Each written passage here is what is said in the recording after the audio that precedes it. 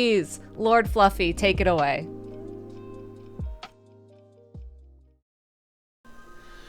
No, I told you it was Final Fantasy XIV All Dungeons 2.0. It's better for a marathon. It's shorter, easier to digest, and, oh, hi, didn't see you there. Busy explaining to this guy real quick. I'll get to the run in just a second. So yeah, it's better for marathons. Don't you worry about it, friendo. It's much, much better. Anyway, hello everybody, and welcome to the critically acclaimed MMORPG Final Fantasy XIV with a free trial that includes all of our Realm Reborn and the award-winning expansion. Happens with no restrictions on playtime. Got the meme out of the way. We're good. Okay, so this is Final Fantasy XIV All Dungeons 2.0, which is a little category we've created for a showcase matter. The All Dungeons of Realm Reborn is the category on the main leaderboards, but we're doing a shorter showcase here for this marathon. So, how this is going to work is two things. Number one, we're going to use the unrestricted party option, which is going to remove level sync, letting us have the ability to go into all of these dungeons at max level with all of our abilities, all of our gear, and all of our statistics to be able to go through them as fast as possible. And the second thing is this option also allows us to enter these dungeons solo. So, I will be doing every dungeon under the Realm Reborn tab here up to Amdapor Keep, which is the final dungeon that, up to Amdapor Keep, which is every dungeon that existed in the base release of Final Fantasy XIV, A Realm Reborn. So, we're going to get into this here. Before that, though, I do have a good commentator that I almost forgot to introduce. Go ahead, my good buddy. Yep, it's alright. Happens a lot. My name's K-Man. I'm going to be Fluffy's friend for the run. Explain things while they're too busy playing the video game to explain them. Alrighty. So, timing will begin when the barrier inside of the first dungeon, which is going to be Sastasha, or Satasha? I never learned how to pronounce it. It's fine. Anyway, barrier will, when the barrier drops, timing will begin, and I will let K-Man go ahead and explain the job that I am playing, Ninja, right out of the gate here. And here we go. Time will be starting. Just a moment. And now. Alright, so this run is going to be played exclusively on the job Ninja. It is a melee DPS, and the reason it's picked is it is got an absolutely stacked suite for movement. And the most notable of which is it just moves faster. It just runs at a faster pace than every other job. And on top of that, it has a multitude of dashes that can also be refreshed many times over. The primary one you're gonna see is Sakuchi. It gets refreshed every time Fluffy will use their mudras. The mudras are, you'll see little flashing bits on the screen. Every time Fluffy uses Kaiton, or, what is it, Fluffy? Katon. You told me beforehand. Katon. There is no I. Katon, not Kaiton, Katon. I make that mistake a lot. So every time Fluffy uses Katon or Raiton, Sakuchi, the dash forward, will be refreshed. But on top of that, every time Fluffy uses Kaiton, Raiton, whichever... Raiton, Katon. Raiton, Katon. Every time Fluffy uses Raiton, they will gain a stack of Raiju Ready. And once again, it's another dash. This one has to be targeted on an enemy, so it's not quite as free as Sakuchi is, where they can just click on the ground anywhere just like that, teleport forward. But it's still great. Still a lot of extra movement. The one unfortunate part is once you have a stack of Raiju ready, you either have to use it, one of your mudras again, or Ninja's ranged attack called throwing daggers. If you use anything else, you will lose that stack of Raiju ready, and you won't be able to dash. That's really the main... I think that covers the main parts of Ninja. Yep. Oh, nope. Almost forgot about hide resets. So hide resets, one of the big benefits about Ninja, those mudras I mentioned, that gives you all sorts of extra dashes. Whenever you're out of combat, You can use Ninja's ability Hide to go invisible, hidden from enemies. But most importantly, it gives you stacks of Mujo's back, which just means more dashes. Yeah. So I can take over from here. Satasha's just kind of a very busy dungeon right at the start, so I had K-Man do a bunch of the talking right away. So yeah, the general flow of gameplay when it comes to Ninja's game plan is going to be a lot of getting as many Shikuchi resets and Raitons as you can while running through everything. Now, as K-Man mentioned, Hide does allow me to reset my Mujo cooldowns. However, in a lot of cases, Hide is actually going to be slower because that would require us to kill all the enemies in question that we are around. And very oftentimes, like in this situation, it's just simply faster to ignore the enemies that are still aggro to you, because as has what was probably not mentioned is you can't actually use Hide while you're in combat. And anytime on the far left that you see the aggro list there, be active, have a bunch of these red markers here. That basically means that there are enemies aggro to you. Anytime there are enemies aggro to you, the game considers you to be in combat. So, a lot of the time... Because of that, you'll sometimes see Fluffy will either take a brief moment to make sure everything in the room gets killed, so that Fluffy can get a Hide reset right away and get those extra dashes. But sometimes, in some dungeons, once you reach a certain point, all of the enemies are going to stop running after you anyway. That's also another great point to get those Hide resets. Yeah, it only works in certain dungeons, so for maximizing your speed through these dungeons, it's really about the knowledge check of, you know, how much stuff can I get away with here in terms of... how much enemies can I actually spend the time to kill before it becomes a slight waste of time or a major waste of time? Like right here was a little bit of an incorrect choice there. I should have waited till all the enemies around me were all in a range of the cats on the spell so I can get rid of all of them. However, that didn't quite work, so we're just going to continue forward. Each of these dungeons in A Realm Reborn, A Realm Reborn dungeon design is very different from how modern 14 dungeon design is, which effectively boils down to you run forward, fight a bunch of enemies. Oh, I forgot. Yeah, I forgot. Objective things, as I was talking about. In modern dungeon design in FF14, that mostly involves running forward, killing a bunch of enemies, which removes a wall in your way, which allows you to kill a bunch more enemies. Nice, I got it. That was a fun little thing you can do with movement abilities in 14, which I'll explain later because it's very niche and doesn't come up very often. But in old A Realm Reborn dungeon design, a very large amount of the dungeons have objectives, where you have to actually do these objectives in order to properly progress through the dungeon.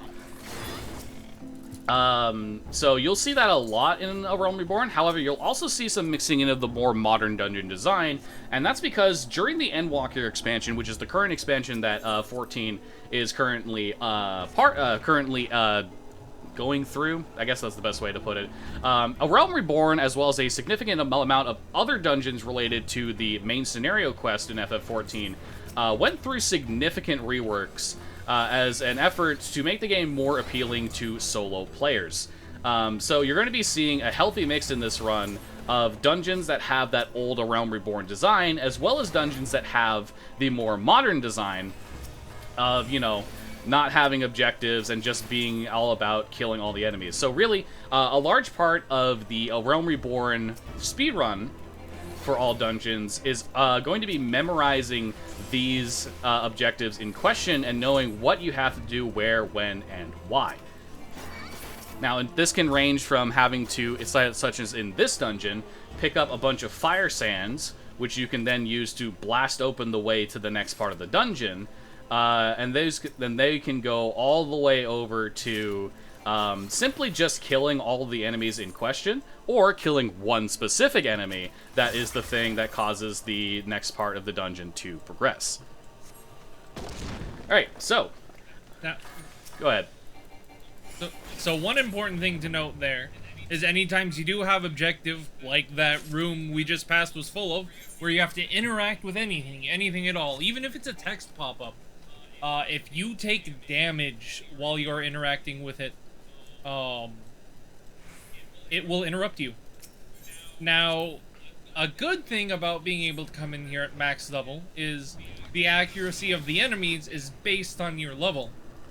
So while each individual enemy has a relatively low chance of hitting you, where like if you say only have 1 or 2 enemies, you're almost certainly fine to just pick up or interact with whatever object. You're not gonna get interrupted at all.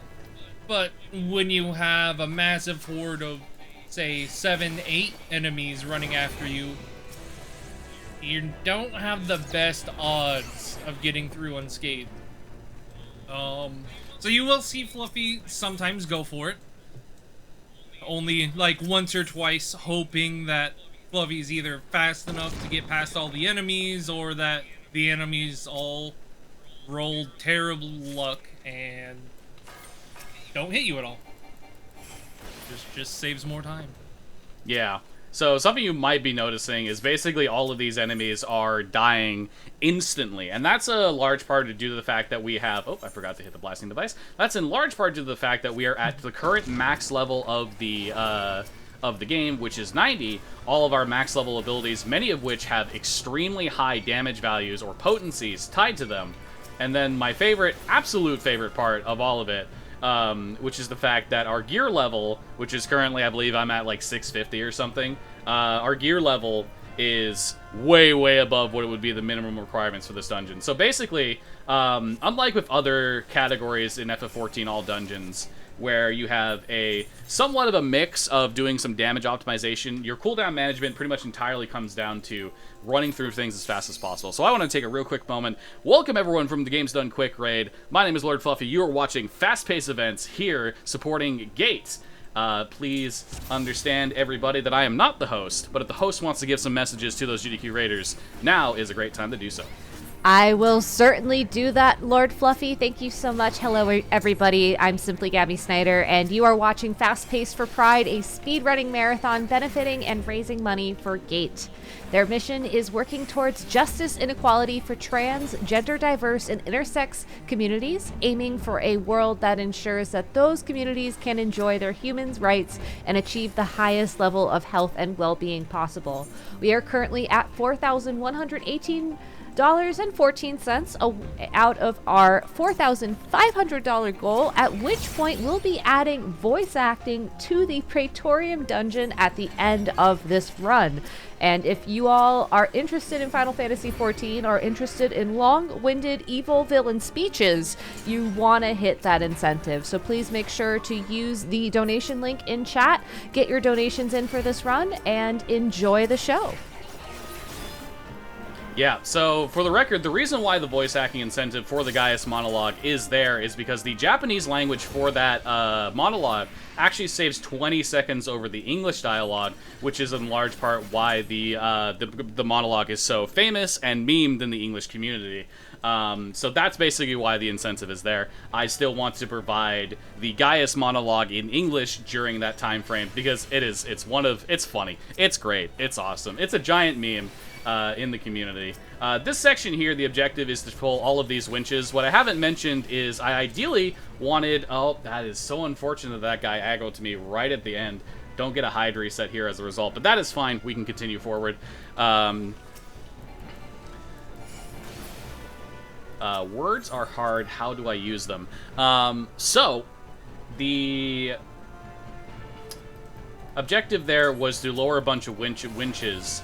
The winches have a chance of spawning one of three things: a gas bomb, a treasure coffer, and 3 lightning sprites. Ideally, all of them end up being treasure coffers because that means there's no enemies aggro to you. If you have the ability to hide reset, you can just hide reset. The worst case scenario is the 3 lightning sprites because that basically forces you to do an AoE ability, which if you have a Raiju ready, kind of, as we mentioned before, removes the ability to do Raiju ready. So, we are going to head now into the 1,000 Maws of Todorok, and this is the best place to explain the Realm Reborn reworks as mentioned. This dungeon used to be significantly different from how it is now. Also much worse. We can make that very clear. This was like the worst dungeon in the game prior to the rework, and now it's fine. But this dungeon used to have an objective where you had to go and collect these little green orbs that you needed to progress through the dungeon. And that will require you in a couple of places to have to stop moving, pick up the orbs in question. And it was, generally speaking, pretty annoying and not really what you want to see. Ooh, I rabbited it. So that's the thing I can explain real quick. Your mudras have to be inputted in a sequence in order to be able to use the abilities in question. However, if you mess up the order or press the same button twice, which is basically how you end up messing up the order, I should say, you get a rabbit, which is a cute little guy that appears on the top of your head. He is a funny little dude. Everyone loves him, except for when you're trying to go for high DPS. Then he is the darkest timeline appearance. You do not want that. I'm going to take a quick moment here to just make sure these guys die, because I can take that time to get an extra refresh on Chikuchi. Pull these guys together by aggroing them, or they'll just... Okay. Maybe those guys do not aggro from sight. Don't think I've ever had that happen before where they just didn't, but that is okay. We will simply hide, reset, do another one, and progress forward. So one thing to point out about this dungeon, so not only did you have to stop every 5 feet and collect one of those photo cells, this place was also an actual maze. There was multiple different branching paths you could go down. Some of them had the photo cells that were required to pass through the dungeon. Some of them didn't. So if you, say, didn't know the right path to go, you wouldn't get your photo cells and they'd have to backtrack and go find them. And that's actually a very common aspect of dungeons that were hit with major reworks, is if there's like a particularly mazy part or a lot of branching paths, they went through and removed a lot of those from the Realm Reborn dungeons. Alrighty, so we're here at the final boss. Don't have to actually worry about this guy at all. He's dead. Goodbye. So, real quick, a dungeon in FF14 is considered to be completed by the game whenever the final boss of that dungeon dies. So, that's why even if I still have enemies aggro to me at the end of a dungeon, I will usually just completely ignore them. But as K-Man mentioned, sometimes Total Rock used to be a maze, and like that's also indicative of old FF14 dungeon design. Is dungeon designs nowadays are usually, or just like almost completely linear in their design. But then you had old dungeons like Hawk Manor here, which is the dungeon I'm currently in, that is like absolutely, like there's a lot of winding paths, side paths that you can go down, most of which are completely useless, admittedly. But they are still alternate paths that you can go down. So right here I'm going to hope for a dodge. Very good. Got the dodge, so I don't have to worry about killing that guy until after I've interacted with the door, which is what you want to see. But anyway, to get back into dungeon design for a second, this dungeon is pretty much the biggest example of how non-linear, while being linear because you still have to do boss 1, 2, 3, this is the prime example of how dungeons used to be fairly non-linear in their design, because I come into this room to kill that boss, pick up the item that it drops, only to walk back out the same way I came in to open this door to go into the cellar, which is just a Realm Reborn dungeon design at its finest. Okay, very good. Got another dodge, what you want to see.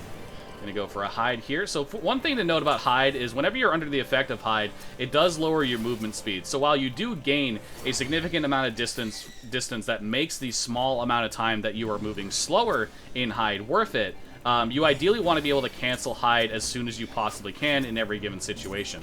So like in typically when I activate hide, I'll either immediately right-click it off from my buff bar up at the top of the screen, or I'll start activating something like sprint. Nice, very good RNG on the dodges here. Very often, even with I get like bad RNG with enemies still hitting me through there, which forces me to press a GCD. So we got through the... And that's where being fast can come into LND too. Faster you are, the longer enemies have to run to catch you. Better odds you have of surviving. One little thing that was changed about this dungeon in the Realm Reborn reworks is the Saphiro flow didn't used to be here. What people would do is they would use the return ability in Final Fantasy XIV. When you use that in a dungeon, it takes you to the beginning of the dungeon, and it would return you to the beginning of the dungeon, which is the next place you have to go to finish the dungeon. So in the Realm Reborn rework, the devs just said, okay, we're going to cut out the middleman, the use of return, and just say, yeah, you can go right on in. It's a nice little thing. The devs were aware how people have been doing this dungeon for years and just said, here's a little shortcut for you. Perfect. And it works out for the unlucky people who go into leveling roulette, use return, get Hawk Manor, come to land like, well, I don't have return up. Guess I have to walk all the way back. Alright, and this is Brayflox's Long Stop. This is one of the few dungeons that actually got slower by a very small amount from the Realm Reborn dungeon reworks. And the reason for that is there's a point in the dungeon later on where a section of the land that we used to run through because it was the fastest, most direct line to the boss actually got removed as standable terrain. It's still there, but it got like... the terrain was lowered and isn't standable anymore. So this is actually one of the dungeons that we had to take a little bit... I just screwed that up. That's fine. That's okay. I can explain what I did later. Ah, there goes my HUD reset. I am definitely doing correctly here. But Brayflox's Long Stop is also one of the rare times that dungeons deviate from the norm, in the sense that Brayflox's Long Stop is the only dungeon in this run that has 4 bosses instead of 3. So this is the section in question that was mentioned. The area on the right here used to be something you could just completely run through, but that has been removed at this point. So we have to take this long way around here. So we're more or less just going to run through this while ignoring all the enemies here. And the reason we ignore all the enemies here is because when this enemy dies, the final boss of the dungeon drops down in the arena. We just have to smack that guy once, and now we have the time to take out all the ads that are chasing us, because we have to wait for a little bit of an auto-scroller to end off here before this gate opens and we can progress on through. So one aspect we haven't talked about in terms of maximizing your speed is the all-class ability Sprint. Sprint, whenever you activate it, increases your movement speed by 30% for 20 seconds. However, if you are in combat, that duration is reduced to 10 seconds. So ideally, the most optimal time to use Sprint is when you are not in combat, as you can get the long duration of that extra buff.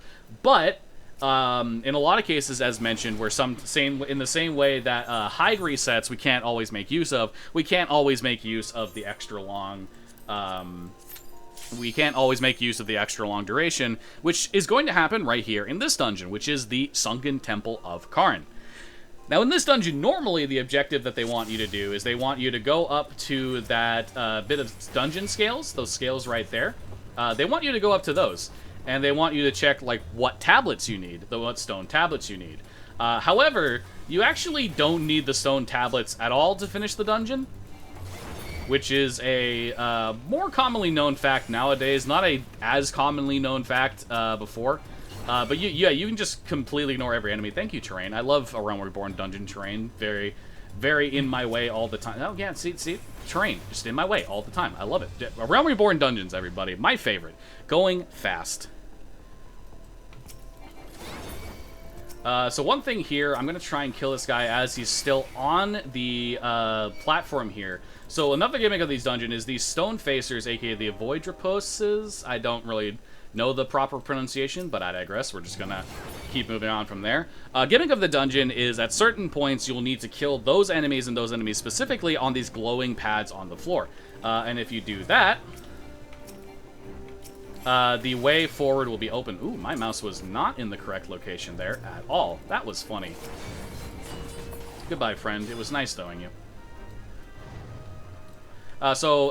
Mudras naturally have a 20-second cooldown and do have 2 charges. However, you've been seeing me use this ability here, which is Kasatsu. Kasatsu is an ability that gives us a free Mudra cast, increases the damage of the Mudra in question that we cast by 30%, and allows us to also get enhanced abilities of 2 other Mudra casts that we can do. Now, real quick here, I want to put my weapon away to make sure I don't accidentally auto-attack and kill this guy while he's not on the platform. If I do kill him off the platform, I have to wait for him to respawn, which is slow and annoying, and we don't want to do that. So I target, put my weapon away to make sure that I'm not accidentally auto-attacking, get to the part in question where the glowing part of the pad disappears, and now we're going to run on through here. And now this is the Scales of Judgment. I'm going to go right away and try and tip these scales immediately, because you don't need the stone tablets as mentioned. You just need to tip the scales, which will spawn 3 enemies. Once those 3 enemies are dead, the door to the final boss room will open. We can kill the final boss and move on.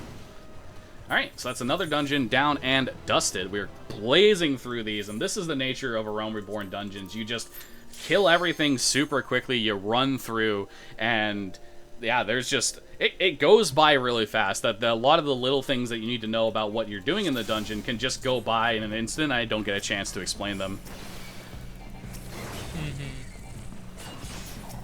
Just as a quick reminder, as we're zooming through these dungeons, we are only $381.86 away from unlocking the voice acting for Gaius's infamous, memeable, fantastic speech at the end of the Praetorium dungeon after this run. So if you want to hear that incredible voice acting from LordFluffy, please get your donations in.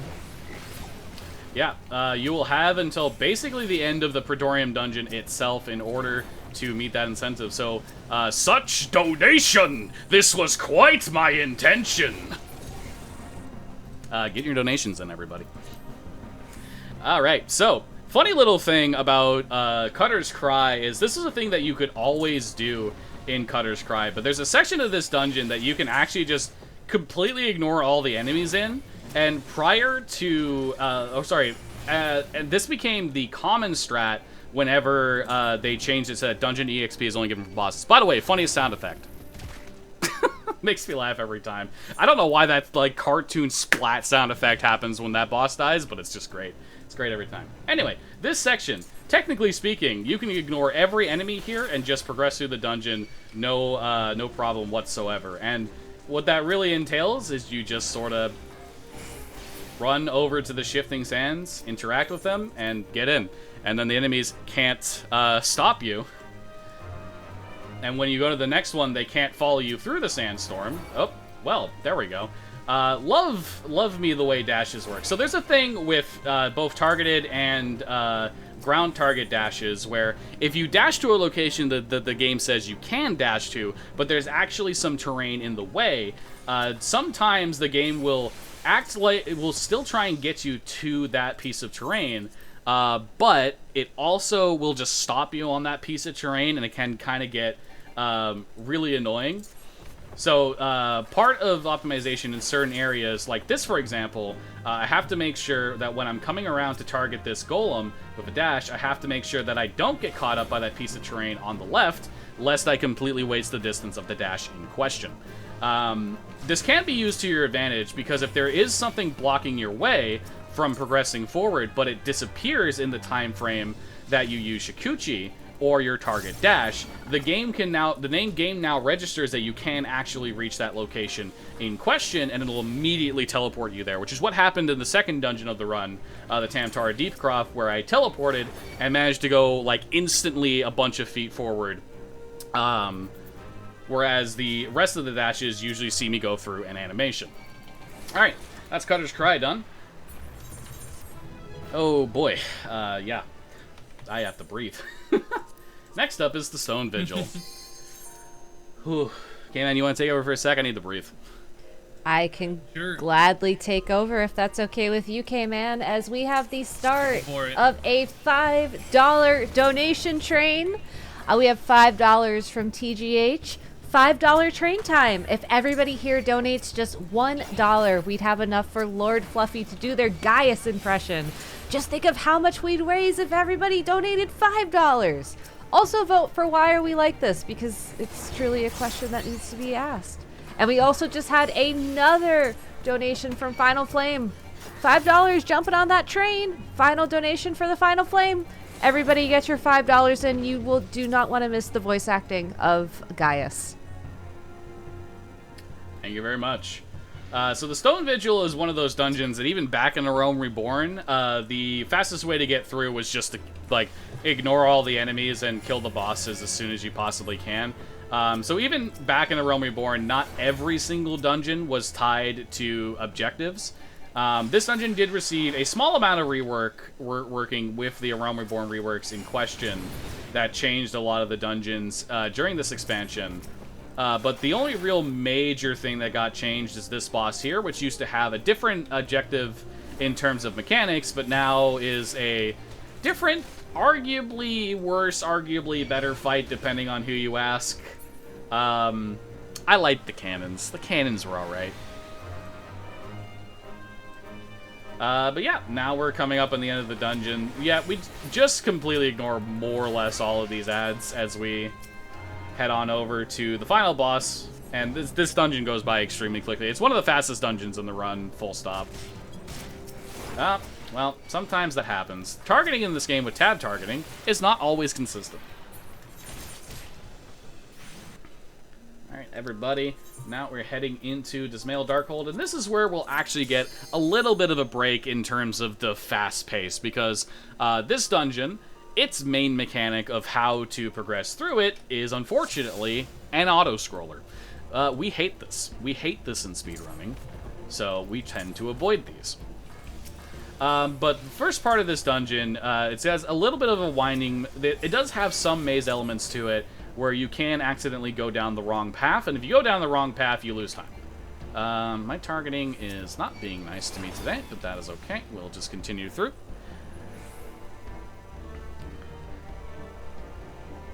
So the gimmick of this dungeon is that certain areas, in order to progress them, you have to stand in these magic terminals.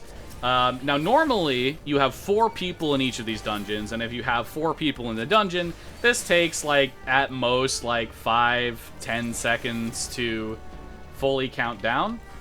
However, with only a single person, this takes, like, 20 seconds. So I just have to stand here for 20 seconds. So if you have any more messages, this is a great time to do it. Oh, do I? I have $7 from Minfilia, of all people. This run has far too many dungeons and not nearly enough menial fetch quests. Pray return to the Walking Sands immediately. Thank you, Minfilia. Glad to see you around. Hope the light's treating you well. We also have $5 from Ori Sky, excuse me. What a marathon it's been. Can't help but join in on the train as we're getting closer to the end, really hoping we get to see the Gaius monologue voice acting. And I do too. It is fun to do. Go ahead. All right, we have the meme train conductor donating $5 all aboard the $5 train for voice acting. Choo choo. And do I have time for one more? Go ahead. All right, we have $5 from Gaius himself. This donation train is mine by right. So if you want to jump in on that train, again, $5 buys your ticket. We are so close to unlocking that incentive. We only need just a little shy of $300. So get those donations in, everybody. Thank you so much. Alrighty. So fun little thing about the second boss here. The boss spawns in the back there. Now, normally you'd have to wait for him to come down to target him. However, if you do jumping and then target him at the right time, you can actually target him while he's technically not in line of sight with any ability that is instant cast and just completely destroy him. So you can save a little bit of time by just jumping and getting him like there. Now, unfortunately, we do once again have another section of having to wait in these areas for 20 seconds. It is not fun, but such is life.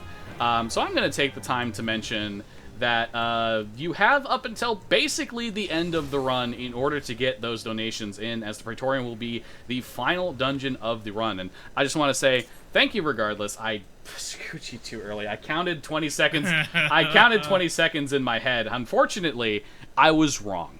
So now that I've stepped out of it, the terminal resets, and I have to do the waiting period all over again. Don't do this. It is slow and bad. Please stay in this. Or do it if you want to get more donations in, as we have 2 more tickets sold to the $5 donation train. Shout outs to Nihon Tiger. $5 train to prove that chicken tenders are just ravioli. All right, not sure what to do with that one. But we also have $5 from Stellar. $5 train Oh, excuse me, that was the same comment. All right. I can part with $5 more for one last $5 train. A great way to cap off a greater event. Onwards and upwards to 4.5K. All right. So now we're coming up on the final part of Dismail Darkhold here. This is just going to be another situation where you kill and destroy and death. And now we get into everybody's absolute favorite dungeon. Nobody in the world hates this dungeon. Absolutely nobody has gone into the Aurum Vale once in their life and said, this is the worst dungeon I have ever done. If you can't tell, this is sarcasm. The great thing, however, is Aurum Vale in the speedrun is actually pretty sick. So, you don't have to actually stop for anything in this dungeon. You can just keep going. You can aggro everything under the sun. Oh, we're having a little bit of issue with targeting here. That is okay. We'll just go ahead and use a Raiju there and continue forward. So the only things that you actually have to do in this dungeon objective-wise that are stopping your progression forward is killing specific enemies. Specifically, these gold vines.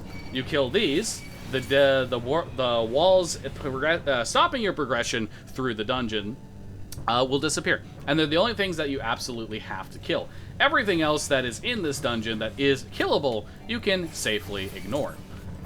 And that is exactly what we are going to do. We're going to ignore everything and just keep going fast. Remember that guy? Remember when that guy didn't have AoEs? Remember that guy killing all the new players? That was a funny time. I wish they didn't take it away. You're skipping through all the poison stacks as well, which is very cathartic, I gotta say. Yeah, Aurum Vale in casual gameplay is not one of the new player friendliest dungeons in the world. Fun fact, my first time ever going through this dungeon, I actually timed out the instance timer and had to do it all over again. That's how badly it went for me. But yeah, in a speedrun setting, you just blitz right on through it. There's absolutely nothing stopping your path. And one of the great things about it too is despite one of the dashes that Ninja has being targeted, which means you're kind of at the whims of where enemies decide to stand. Sometimes you'll get a little bit more of a straight line, sometimes you'll get kind of wrenched out of your way, but still faster than otherwise not using it. Nice straight lines, you can just target almost anything and get those good dashes in. Also, hey Fluffy, don't forget the lamp oil. I won't forget the lamp oil. It's in big bold text on my notes. Don't worry about it. Welcome to the Wanderer's Palace. If you're not already aware, based on the funnies that happened, the objective here is well, first and foremost, you take out all the Tonberries in specific in order to progress through. Once all the Tonberries have been taken out, you can keep going in the dungeon. However, a little lesser-known thing, not as completely immediately obvious, is the fact that to progress through the second part and the third part of the dungeon, you need to pick up lantern oil from the Tonberries that you killed. And I forget every time. Every single time, I forget. Alright, so second we have to kill these guys in order to do it. Hopefully we don't have to do it again. Good, very good. We can continue forward here. Now, all of the Tonberries in this section are going to have lantern oil that we have to take out. So, we're going to do our... please don't hit me. Okay, good RNG still. We can take out those guys, progress forward, get a hide reset on Mudras to make this a bit easier. Very good. Okay, so I didn't forget any of the lantern oils. Congratulations. Everything is doing... my train of thought has derailed. I am so focused on getting the lantern oils. I am completely just missing my... K-Man, take over. How does dungeon work? Sure. So this dungeon, as Fluffy mentioned, you pick up lantern oils, drop by Tonberries. This room, still a little bit of a maze. You have to go around to different parts of the room and make sure you hit all of these Nimian devices. Otherwise, the door to the second boss won't open. And you have, so you have little baby Tonberries that you murder for their lantern oil. But you also have these big ones that, unfortunately, you can do absolutely nothing about.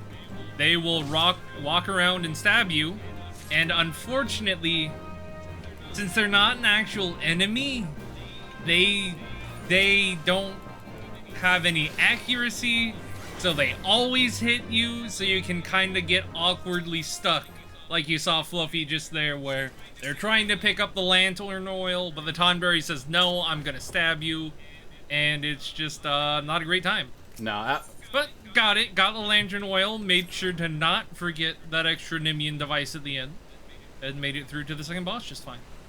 yeah, the big Tonberry, when you go through this, like, in normal gameplay, is a very scary thing to run into, but it only really is annoying in this. It doesn't really have any potential to make your life very, very painful.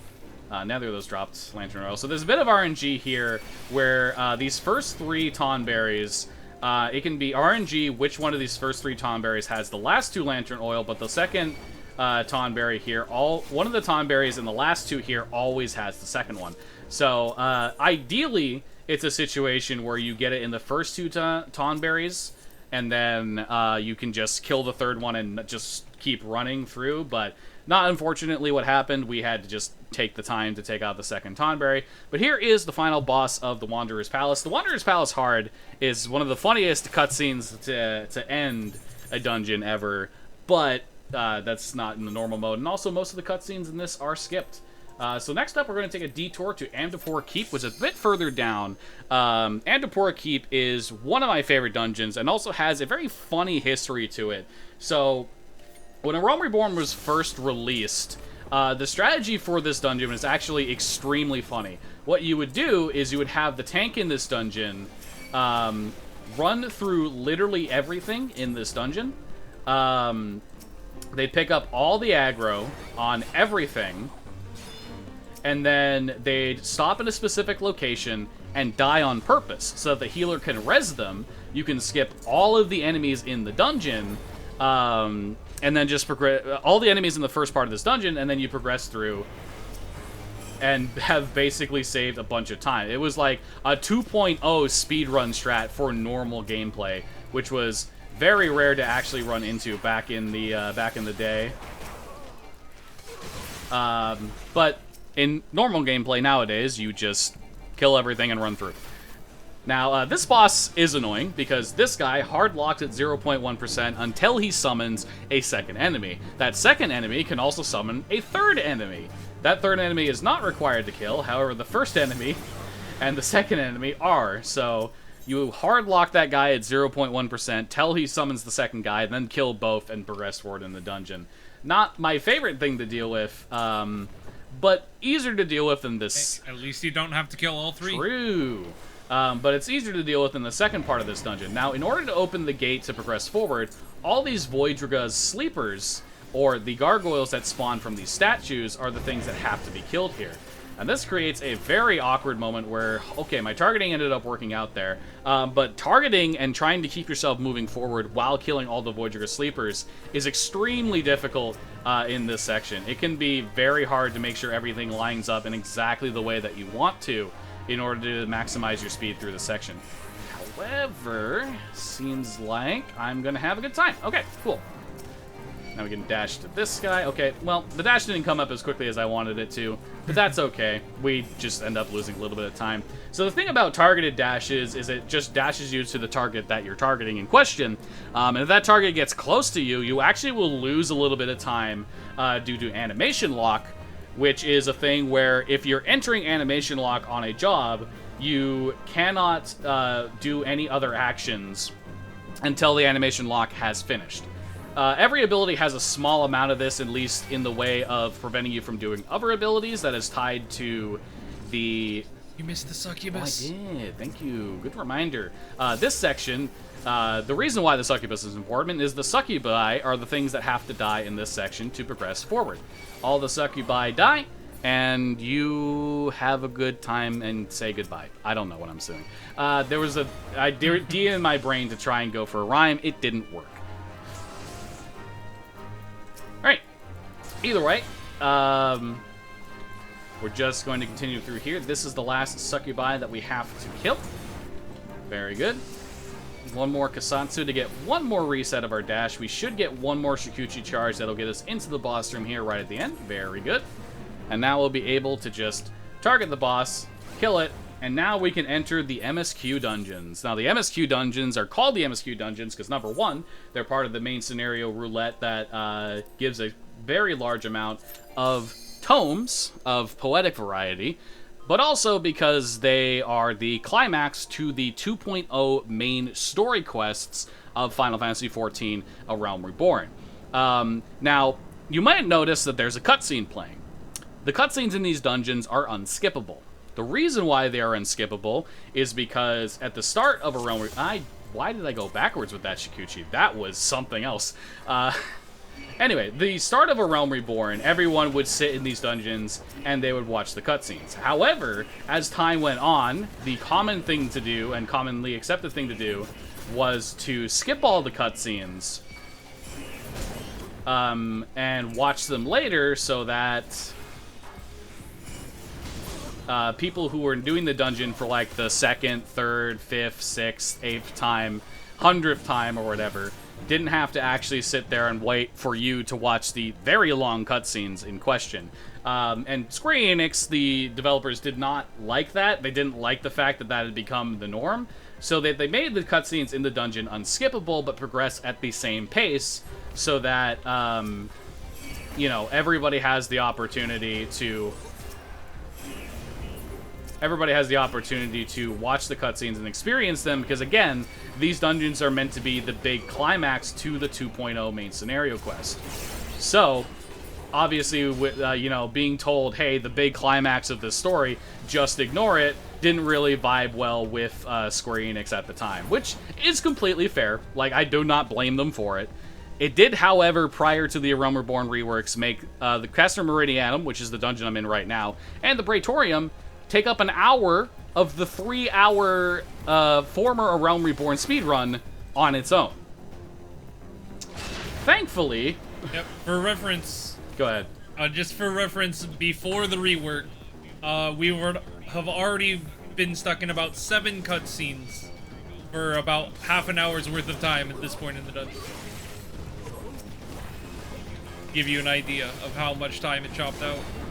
Alright, so now we're entering the final cutscene of this dungeon.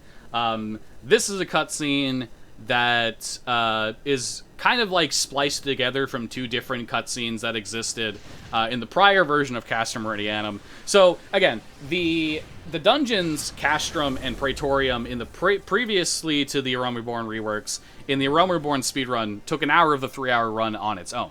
The dungeons now combined are about 25 minutes, so it's a significant improvement. You do still have to sit through a number of cutscenes, but I personally like them because it gives me a great time to, you know, grab some water and say the funny line, "Such hydration. This was my intention." Anyway, go ahead with some messages from the host. I was going to say that is the perfect sneak preview of Gaius's incredible tenor, let's say, as we are only $339.86 away from hitting our $4,500 goal and unlocking that incredible voice-acted monologue at the end of the Praetorium dungeon. And I think they've also changed the monologue as well since the rework, if memory serves correct. So if you want to experience it in its beautiful intended form, please make sure to get those donations in. We do have a $5 donation train going on right now. It's very easy to buy your ticket to join in on that train. Simply check the Twitch chat for our donation link and make sure you get those donations in. Yeah, so the change in question is a specific part of the dialogue that everyone really loves, which is how very glib was removed from the dialogue in, I believe, patch 6.3. And I can get explaining why in a moment, but this lady just went through a whole spiel. She's dead. Sorry, lady. Alright, everybody, and this is the final dungeon of the run. You all donated to get this in, so thank you very much. This is the Praetorium. This is about 20 minutes of cutscenes and speed. So, the reason why the dialogue in question was changed is prior to when they made the cutscenes unskippable, during the dialogue monologue cutscene in specific, you used to have the ability to do dialogue choices, which would change Gaius' response, which eventually defaulted to, how very glib, but do you believe in Eorzea? So that part got defaulted to for the longest time. However, because you no longer have a dialogue option, your character defaults to just raising an eyebrow and then going and saying nothing, which doesn't really make sense for Gaius. Like, it doesn't make sense, yes, for Gaius to say, how very glib, to you saying nothing, but it's still funny. And frankly, I think it should have stayed that way, because it's funny for Gaius to be like, you said nothing, how very glib. So yeah.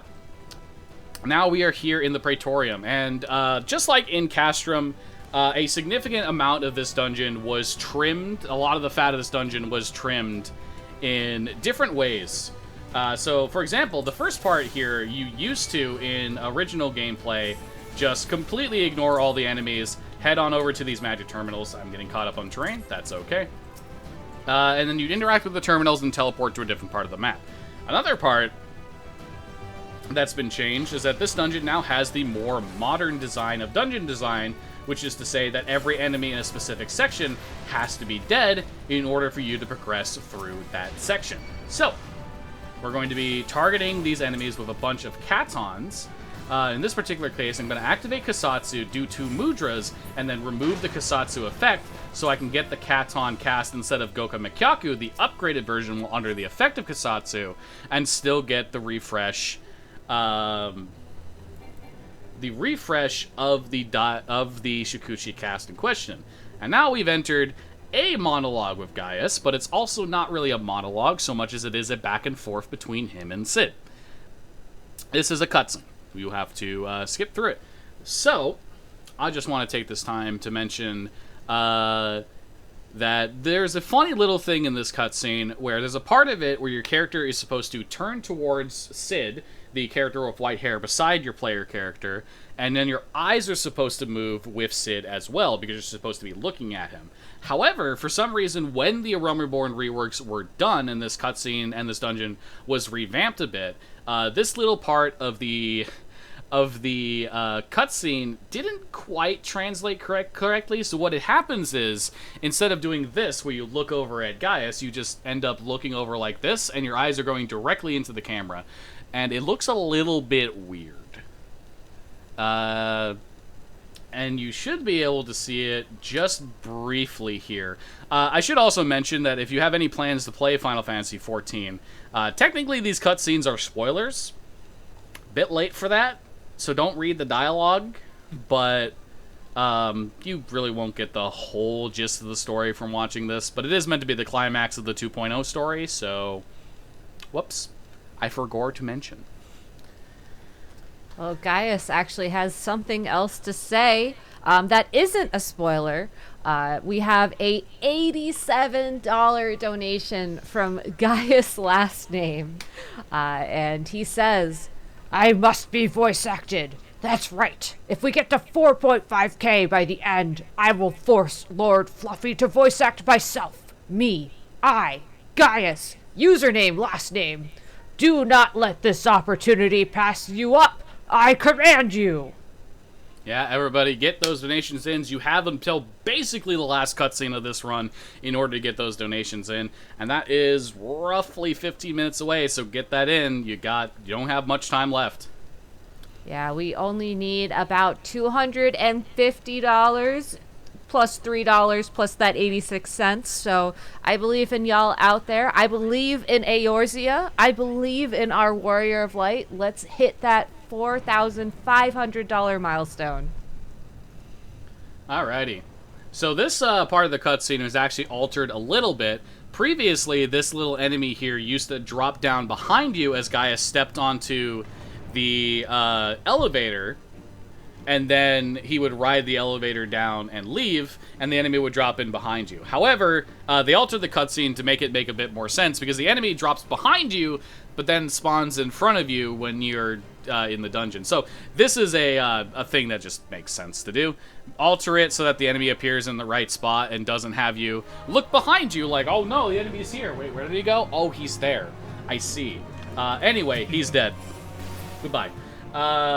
So another little thing is you used to ride this terminal down and then go through another extra little bit before you get to this section, which we're going to completely ignore the intended way to do. Hey, you see that Magitech armor over there? We're going to completely ignore it. And there's a good reason why we do this, because although the Magitech armor gives us the advantage of being able to move at permanent mount speed, which is the fastest walking speed that you have in the game, it also comes with the incredibly unfortunate downside of being slower because of having to take more GCDs in order to be able to kill all these enemies in question. So, in Final Fantasy XIV, your global cooldown is 2.5 seconds at the absolute worst. So, at the absolute worst, every single time you have to spend 2.5 seconds, an extra 2.5 seconds of an extra GCD cast, like right here, for example, that is 2.5 seconds that you are spending sitting there, not moving forward. Now, previously in this dungeon's design, you absolutely had to, even before the Aroma Board reworks, go through this section with the Magitech Walker, because these enemies here, the Proto Ultima arms, had damage reduction on them that would make them literally basically completely invulnerable to all forms of damage. They would deal such little damage, it just wouldn't be worth it to not go with the thing in question. However, since the rework, these no longer have that status on them, so they're actually vulnerable to all of the damage that Ninja can deal, which means what would have normally taken us right there, like 5 or 6 GCDs to take out that cement wall, can be done in 1. So although you do technically move through the section faster with the mount speed over playing it with Ninja, the amount of time you save not having to spend those GCDs in that section makes it faster to go through this section on Ninja rather than with the Magitech Walker. Now, despite that, you are expected to go through this section with the Magitech Walker, so when you enter this cutscene, you're inside of the Magitech Walker in question, as you see right here. So, we broke the canon of the game a little bit. Just a little bit. But it's okay. We got it back on track. Things were teleported to us. And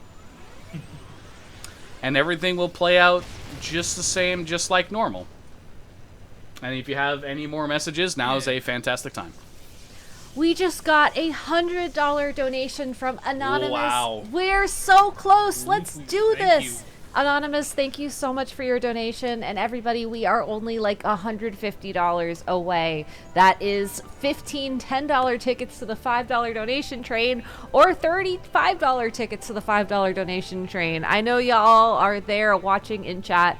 If you haven't donated already, please consider doing so. Again, we are raising money for GATE, and they have an incredible mission of working towards justice and equality for trans, gender diverse, and intersex communities. So this is a fantastic cause. It has been a fantastic marathon. Let's end this strong and hit that $4,500 raised. Yeah, we got very little time left, everybody. Get those donations in. So after that cutscene is done, you Shikuchi forward, walk about 2 feet, and enter another cutscene. Welcome to the end of the Praetorium. Extremely cutscene dense. So, in the meantime, because this is not the Gaius monologue in question, I figured I'd just take this cutscene here to do a little bit of voice acting for a character that, frankly, I didn't expect to like as much as I did in Endwalker, but just was really fun to be there. So, here we stand. You know my intent. Consume the god, then the world. Stoke your fury to a raging inferno and dance among the ashes. Or perhaps you would face me here and now. A lesser but welcome amusement. Yes, a taste to whet the appetite. Ladies and gentlemen, Xenos. Now, that is not a teaser for Gaius. That's a completely different character. However, I really enjoyed that scene in Endwalker's story, and it stands out to me very much. So, I wanted to take the time, instead of talking about Nero here, who is stinky. It's my headcanon that this guy has never taken a shower in his life. There is a reason for that, and it becomes later on in the story. But Nero here is stinky, and we don't talk about Nero, because this guy has the most enemies to lovers relationship, I guess, thing with Sid I've ever seen. It's I think that's fair. It's crazy. Yeah. What is also crazy is we have a different anonymous who donated $100. We can do this. One more push. Come on, everybody. Such donations. These are my intentions.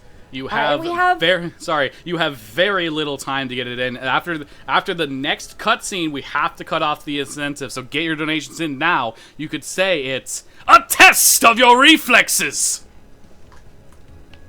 We have a $20 donation from a different anonymous who says hot dog, and we have another anonymous. These are all separate anonymousize. I don't actually know. With another $20 donation, we only need like $40 more to hit that goal, everybody. Please, if you have not donated already, this is your chance. You do not want to miss out.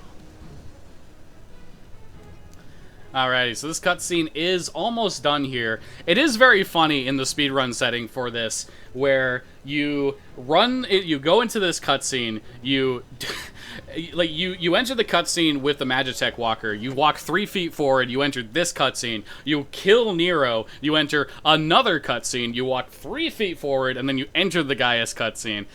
This dungeon is very backloaded with donations here, but we are just about done with it. We're more than done with it. We have a $25 donation from Nero himself. This donation is my intention. Now, where is my electro hammer and coffee dripper? That is incredibly good timing, because see what's coming down here. It says electro hammer. Incredibly good timing. We will work on finding him the coffee dripper, but we have a $32 donation from Poke Frostlass, and they say, yay, Final Fantasy XIV, but more importantly than all of that, Anonymous donated $200 to hit our goal of $4,500, and Blitz Hedgie just donated another $135. Here's for another 100 barrier or 2 down, so close to 5K. Let's go, everybody. Thank you so much for your donations. Goodbye, Nero. Oh my goodness. So we've hit the incentive then, have we? Oh my goodness. We have. That is incredible. Thank you all so much for that rush right at the end. That is incredibly great to see. If you want to take a moment to rest your windpipe to get ready and get in character, I do want to say, if we raise over $5,190.69, we will have beaten the previous Fast Pace for Pride fundraise total from 2022. So we are so close to $5,000. We are so close to that total. Please consider getting those donations in, and thank you so much to everybody who has. Oh my goodness. Thank you all so much. Very much so. So, one little thing I did there is, because of the fact that the cutscenes take so long, our cooldowns that we, our off-global cooldowns that have just set timers like 60 seconds, 90 seconds, etc., they continue to count, they continue to cool down during the cutscenes. So what I did there is immediately hit both casts of my Shikuchis and then chose to kill Nero so I could get to the end of the boss room. And then, by the time this cutscene is done, both of my casts of Shikuchis come back, which allows me to continue forward, through the, basically it just allows me to go super fast. I get both my Shikuchi usages. It ends up saving more time than just killing Nero right away. So here we go. here we go. We are only $40 away from $5,000. Lilac, thank you for your $100 donation. Y'all, please get those donations in. But now I would like to formally pass the mic over to Gaius himself, who has graced us with his presence. All right, because Sid's dialogue has already started here, I'm going to take just a little bit of extra time to just say thank you very much. When Gaius comes down, we'll do the monologue here. As mentioned, the reason why I'm doing the voice acting here is, number one, because I enjoy doing it. It's a great monologue to do. But number two, the dialogue is in Japanese here, which is it's the only voiced cutscene in this dungeon, and it actually goes at a different pace depending on the language that you choose. Japanese is 20 seconds faster than English, which is the reason that we do it for the speedrun, is to save that extra 20 seconds in the dungeon itself. So, here we go. I'm going to take one last sip of water. And thank you all very much. I'm glad that I get to do this.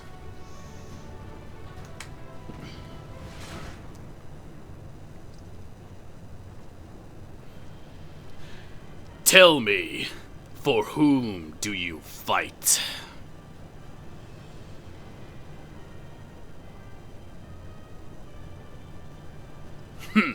How very glib. And do you believe in Eorzea? Eorzea's unity is forged of falsehoods. Its city-states are built on deceit, and its faith is an instrument of deception. It is not but a cobweb of lies. To believe in Eorzea is to believe in nothing. In Eorzea, the beast tribes often summon gods to fight in their stead, though your comrades only rarely respond in kind.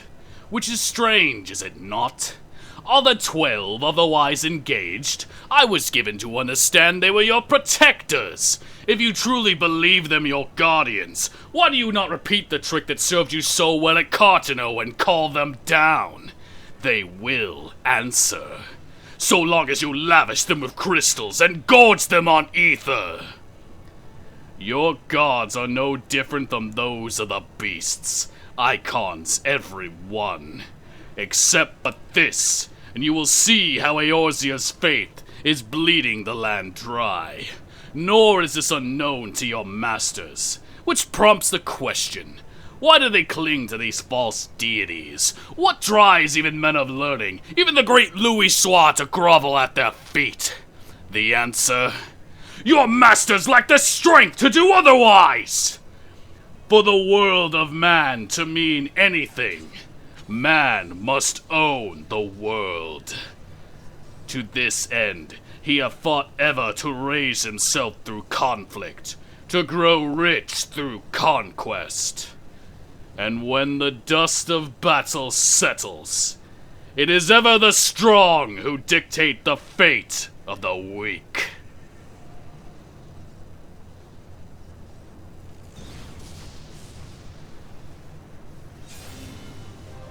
Knowing this, but a single path is open to the impotent ruler, that of false worship, a path which leads to enervation and death. Only a man of power can rightly steer the course of civilization, and in this land of creeping mendacity, that one truth will prove its salvation. Come, champion of Eorzea! Face me! Your defeat shall serve as proof of my readiness to rule. It is only right that I should take your realm, for none among you have the power to stop me! Ladies and gentlemen, thank you so much for letting me do that. Alrighty, so now after that entire monologue, ladies and gentlemen, we're just going to activate Hyosho Ranryu, taking down to 0.1% here, and now we're going to wait for him to have a dialogue pop up here that if you not yield, you will be destroyed. Wait 3 seconds during that. Then we're going to activate Mujas, and then do 1, 2, 3. Finish off his ad phase just like that. And now he does. And on the incoming fade to black? Yep, so time will be when the fades to black right here. Amazing ultimate. Too bad it does no damage. Time.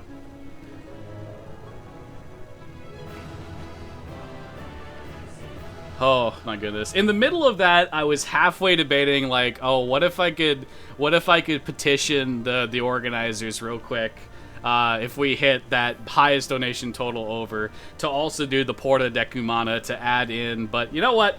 I didn't decide I'd do that ahead of time, so I'm not going to worry about it. Thank you all so much. It is an honor for me to be able to close out the marathon here.